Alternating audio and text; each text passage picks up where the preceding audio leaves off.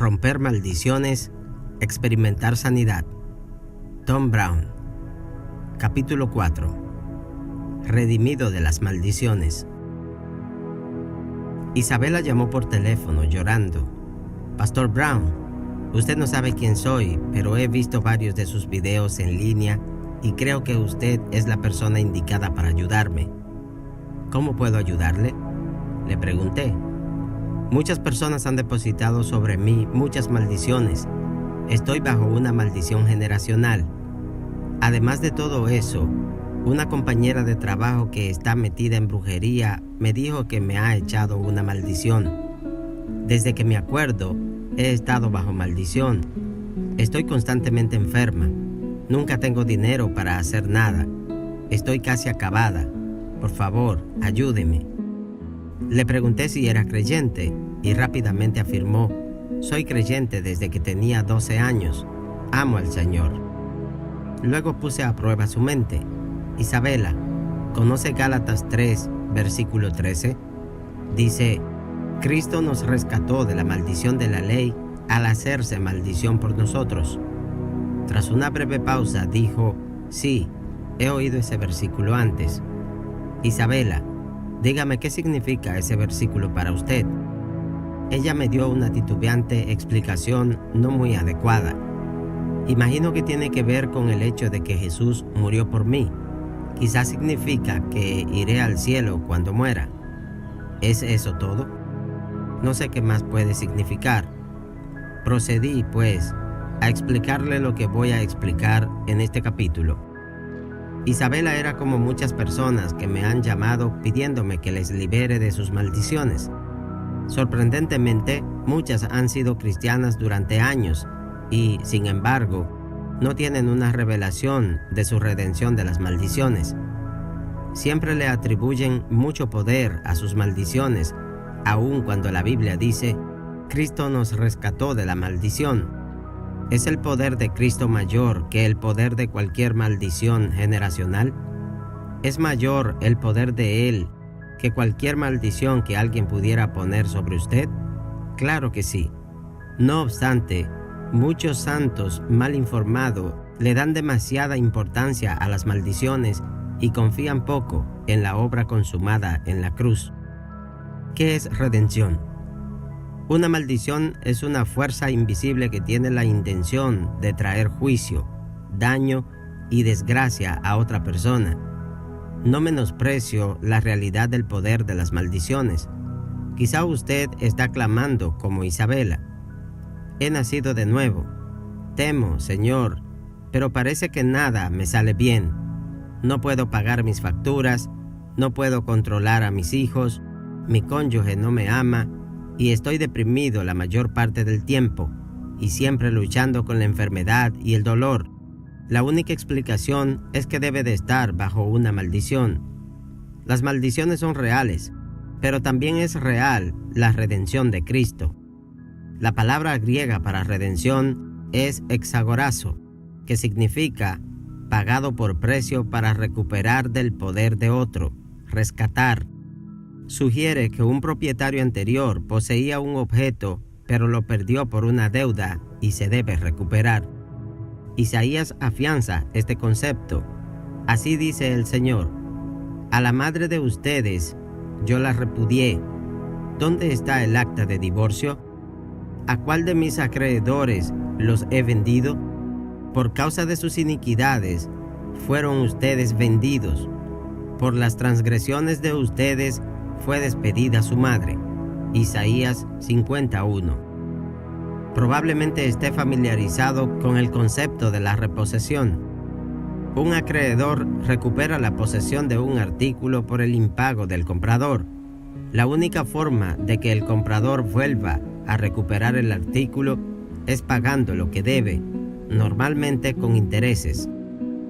En las casas de empeño, cuando una persona vende un artículo, normalmente recibe un ticket de redención. Ese ticket le da derecho a volver a comprar lo que vendió, pero con un interés añadido en la factura. El único que puede tener un ticket de redención es el anterior propietario. cualquier otra persona interesada en comprar el artículo tiene que pagar mucho más. En nuestro caso, nosotros no somos el propietario, sino Dios. Por tanto, Él es el único que tiene derecho a redimirnos. No podemos redimirnos a nosotros mismos, aunque fue nuestro propio pecado lo que nos vendió como esclavos. Aunque tuviéramos derecho a redimirnos, no tenemos la justicia necesaria que nos permitiera pagar el precio que nos liberaría del pecado. Quizá oiga decir a alguien que puede redimirse a usted mismo a través de una obediencia estricta, pero eso no es bíblico. Aunque siempre es beneficioso para mantener la puerta cerrada al diablo, la obediencia por sí sola no puede darle la confianza que necesita para reclamar libertad de las maldiciones. La única confianza segura es la sangre de Cristo.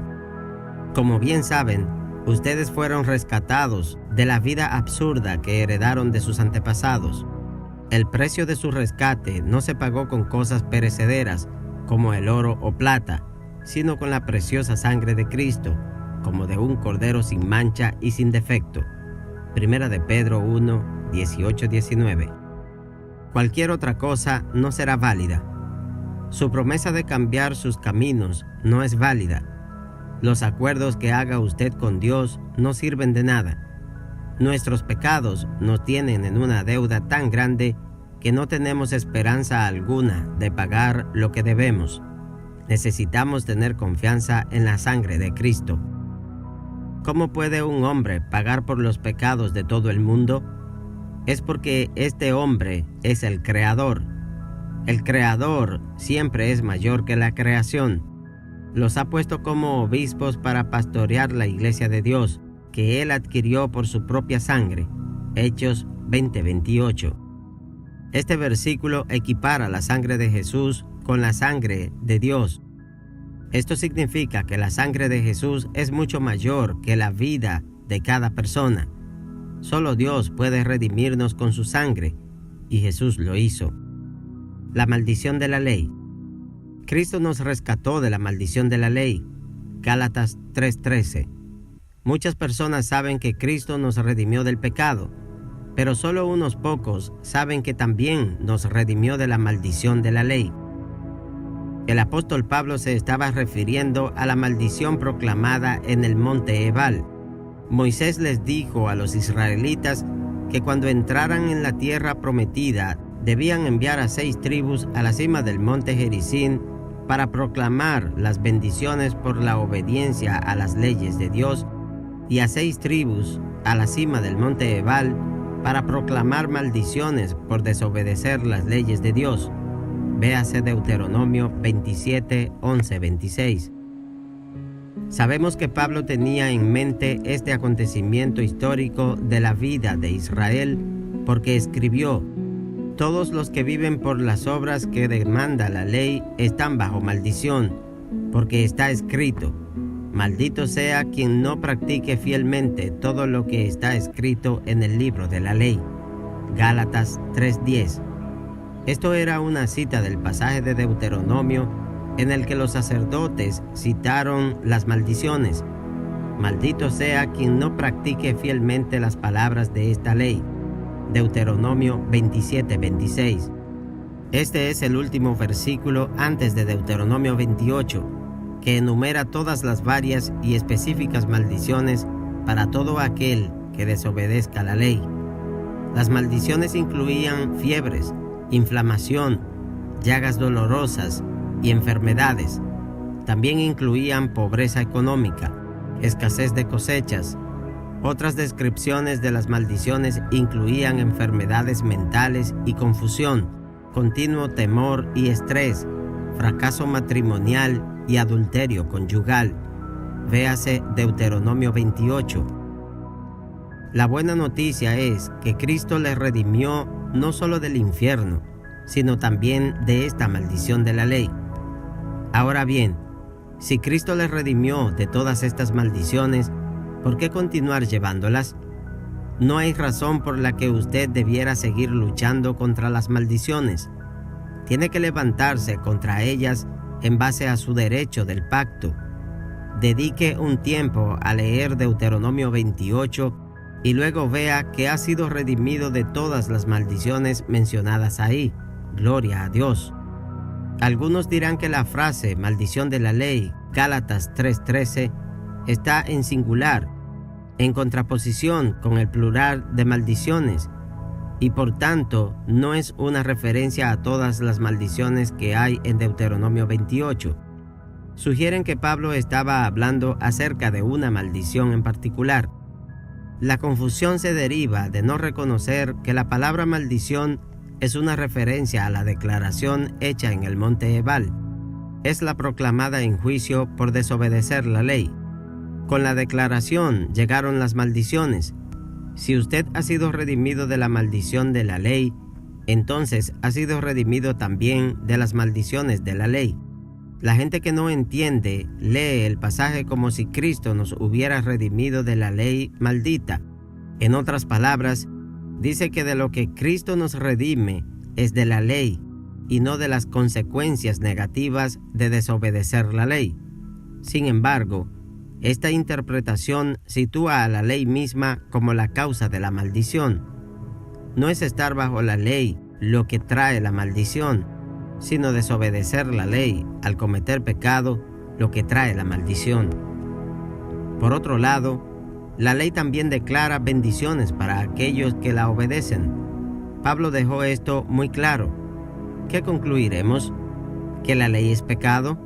De ninguna manera. Romanos 7:7.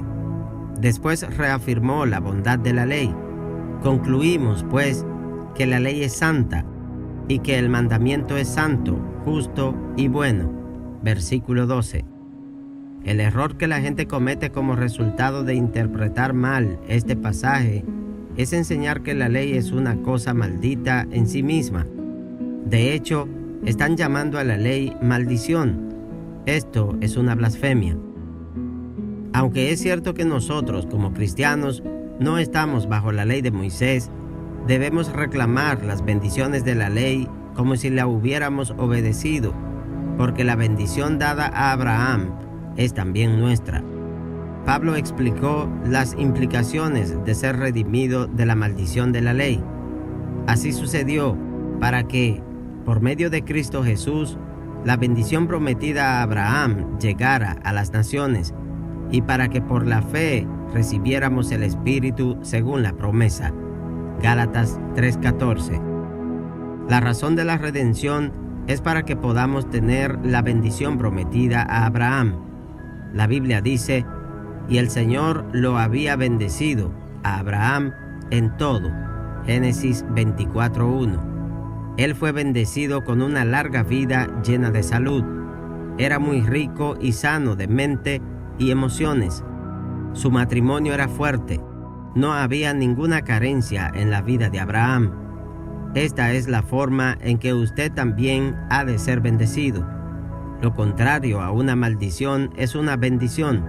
En lugar de enfocarse en las maldiciones en su vida, usted tiene que reclamar las bendiciones que legítimamente le corresponden. Cuando compartía esto con Isabela, ella comenzó a llorar de alegría. Estaba descubriendo el poder de la bendición bajo la que ella estaba. Usted está bajo esa misma bendición. Sin embargo, si su enfoque está en las maldiciones, las cosas malas que le ocurren, su temor seguirá guiándolas y reforzando los efectos del pecado en su vida. ¿En qué tiene puesta su confianza? Todos los que viven por las obras que demanda la ley están bajo maldición, porque está escrito: maldito sea quien no practique fielmente todo lo que está escrito en el libro de la ley. Gálatas 3:10. El asunto es en quién confía. ¿Está confiando en la obediencia perfecta?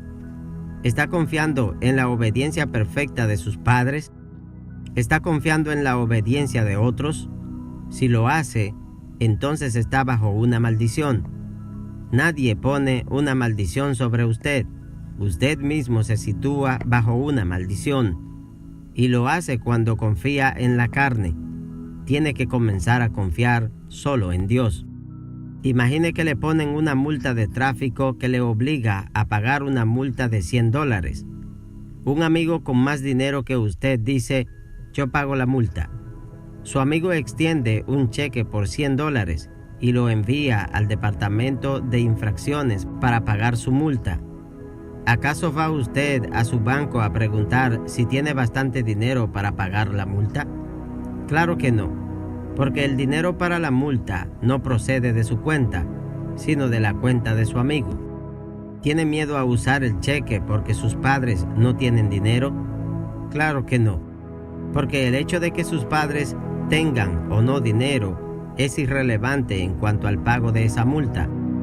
Mientras su amigo tenga el dinero, la pobreza de otras personas no podrá impedir el pago de esa multa. El único obstáculo será si usted tiene miedo a usar ese cheque para pagar la multa. Eso es lo que la gente ha hecho con las maldiciones. Cree más en la pobreza de sus padres o en la maldición que algunos conocidos o extraños han colocado sobre ellos que en la riqueza que Dios les ha otorgado. Dios le ha redimido. Tiene que confiar en que Él convertirá sus maldiciones en bendiciones. Reclame sus derechos. Pero cuando se cumplió el plazo, Dios envía a su Hijo, nacido de mujer, nacido bajo la ley, para rescatar a los que estaban bajo la ley, a fin de que fuéramos adoptados como hijos. Gálatas 4:5. Dios nos redimió para que fuéramos adoptados como hijos. Como hijo, usted tiene derecho a ser sanado de toda enfermedad. Tiene derecho a ser bendecido económicamente. Tiene derecho a estar bien emocionalmente. Pero tiene que reclamar su sanidad. No puede permitir que el enemigo le robe lo que le pertenece. Dios le dijo a Josué, tal como le prometí a Moisés, yo les entregaré a ustedes todo lugar que toquen sus pies. Josué 1:3. Dios nos entrega solo esos lugares en los que ponemos nuestros pies y decimos, esta parte de terreno es mía. Usted debe declarar en voz alta al diablo que no permanecerá enfermo, arruinado y derrotado. Cuando compartía esto con Isabela, ella comenzó a gritar en victoria que estaba bendecida. Al instante, el temor le abandonó. El dolor que había sentido desapareció. Usted tiene que ver la sanidad no como un regalo especial, sino como uno de sus derechos. Sé que este concepto es nuevo para mucha gente. La mayoría de las personas oran pidiéndole a Dios un regalo especial de sanidad, en lugar de ver la salud como un derecho que Dios les ha dado, el cual compró con su sangre. Si usted fuese a la sección de recogida de equipaje de un aeropuerto para recoger su equipaje y viera que alguien está apoderándose de su maleta para robarla, ¿qué haría? Seguro que no diría amablemente, por favor, como un acto de bondad, ¿podría darme mi maleta? No, extendería su mano y diría, oiga, perdone, esa es mi maleta, suéltela. Si el ladrón argumenta, probablemente usted llamaría a los empleados de seguridad y les mostraría su ticket para recoger la maleta. Lucharía por recuperar su equipaje. ¿Por qué? Porque el equipaje le pertenece. Tiene derecho a tenerlo. Lo mismo ocurre con la salud. No puede ver la salud simplemente como un don que Dios puede o no puede darle. Debe ver que Él compró la salud para usted. Él quiere que lo tenga si hace suya la redención. Terry Rubeiro es un diácono de mi iglesia. Después de someterse a un triple bypass en su corazón, el temor le aterrorizó. Le resultaba difícil salir de su casa por temor a sufrir otro ataque de corazón. Su asistencia a la iglesia menguó. Fue un tiempo difícil en su vida.